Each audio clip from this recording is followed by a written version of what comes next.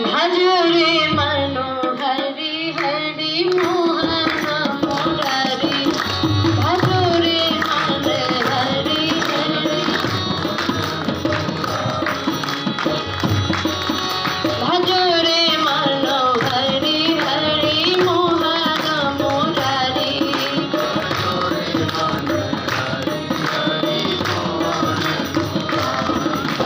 मोहन मुरारी गोविंद गिरधारी, मोहन मुरारी गोविंद गिरधारी, मोहन मुरारी गोविंद गिरधारी, मोहन मुरारी गोविंद गिरधारी।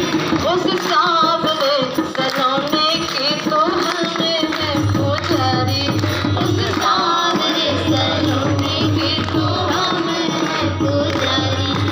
भजो रे मनोहरि हरि मोहन मुरारी, भजो रे मनोहरि हरि मोहन मुरारी, मोहन मुरारी गोविंद गिरधारी, मोहन मुरारी गोविंद गिरधारी, मोहन मुरारी गोविंद गिरधारी, मोहन मुरारी गोविंद गिरधारी। उस सांवरे सलोने से लगी है हमरी यारी, उस सांवरे सलोने से लगी है हमरी यारी। भजो रे मनोहरि हरि मोहन मुरारी, भजो रे मनोहरि हरि मोहन मुरारी। बोलिए बांके बिहारी लाल की जय। आज बड़ा आनंद आ रहा है। जरूरी नहीं है कि श्रोता सुनने वाले दसियों हजार हो। कहते हैं सुनने वाले जितने कम होते उतने ही आनंद आता है सुनने में और सुनाने में, क्योंकि जितने सुनने वाले होते सब पक्के श्रोता होते हैं। तो हमारे डॉक्टर साहब जब से गुरु जी के यहाँ मिले बालाजी मंदिर में, वो हमारे गुरुदेव हैं, डॉक्टर साहब गुरु भाई हैं, और बड़ा सुंदर सहयोग के आज पहाड़ी में आए हुए हैं। आप लोग भी गए होंगे, और जो ना गए हो तो आज और कथा है, जाएं वहाँ भी सुने। ऐसा सुंदर संयोग बना कि आप सबके सुंदर दर्शन हुए। तो आइए छोटी सी चर्चा 10-5 मिनट में। देखो आज हम और आप भगवान से दूर होते जा रहे हैं, सभी नहीं होते जा रहे हैं, सभी होते होते तो आज यहाँ पर आप लोग उपस्थित नहीं होते। कुछ लोग दूर होते जा रहे हैं, समाज से दूर हो रहे हैं, संस्कारों से दूर हो रहे हैं, मर्यादाओं से दूर हो रहे हैं। लेकिन जीवन में अगर सुख चाहते हैं तो सुख के धाम श्री राम से नाता जोड़ना पड़ेगा। जीवन में यदि हम सुख चाहते हैं तो भगवान की भक्ति करनी पड़ेगी, भगवान से नाता जोड़ना पड़ेगा। और हम लोग कहते हैं कि भगवान अगर मिलते हैं तो प्रेम से मिलते हैं, भक्ति से मिलते हैं। परमात्मा का तो कथन है, मोही कपटे छल छिद्र न भाव, निर्मल मन जन सो मोहि पावा। मुझे तो वो व्यक्ति पसंद है जिसका मन निर्मल होता है। इसीलिए हम संसार में चतुराई करेंगे, भगवान की भक्ति करेंगे तो भक्ति कैसे स्वीकार होगी? क्यों? क्योंकि परमात्मा को निर्मल प्रेम पसंद है। और भैया एक बात और बताएं, जानते सब हैं, ये जो सारा संसार है, इस संसार के लोगों को, परिवार के लोगों को हमारे मन की जरूरत नहीं है। नोट कर लेना, जीवन में प्रैक्टिकल भी करना। किसी को हमारे मन की जरूरत, संसार के लोगों को जरूरत है तो हमारे धन की जरूरत है, हमारे तन की जरूरत है, लेकिन मन की जरूरत आप कहोगे कैसे? बेटा परदेश में रहता है, माता पिता को पत्र लिखता है, माता जी पिताजी प्रणाम, हम आपको बहुत प्रेम करते हैं, लेकिन अपने कमाई का 1 रुपया भी आपको देने वाले, तो माता पिता क्या प्रेम करेंगे? वो भी कहेंगे बेटा प्रेम करो, अच्छी बात है, पर धन की भी आवश्यकता। पत्नी से कहो हम आपसे बहुत प्रेम करते हैं, लेकिन 1 रुपया देने वाले, तो वो भी कहेगी हमें भी तुमसे कोई नाता नहीं रखना है।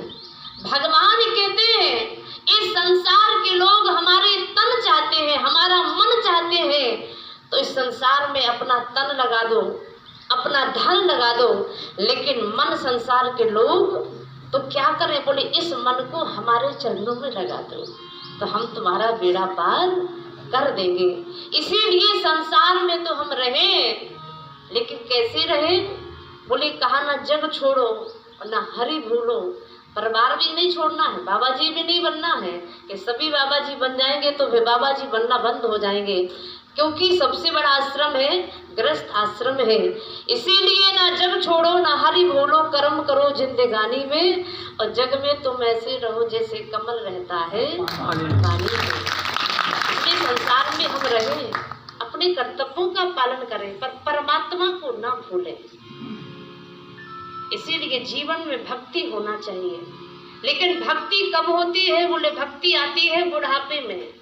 जैसे कथा भागवत सुनने जाते हैं तो घर के लोग कहते हैं दादाजी होंगे ना बूढ़े, बोले जाओ यहाँ क्या कर रहे हो, भजन करो, वहाँ पे कथा सुन के आओ, यहाँ क्या करोगे? लेकिन कथा भक्ति ये सब सबके लिए है, जरूरी नहीं इसकी कोई उम्र हो। हम उम्र देखते हैं, बुढ़ापे में भजन करेंगे तो भैया बुढ़ापा क्या कोई भगवती है? कोई ठिकाना है बुढ़ापे का कि बुढ़ापा आएगा भी?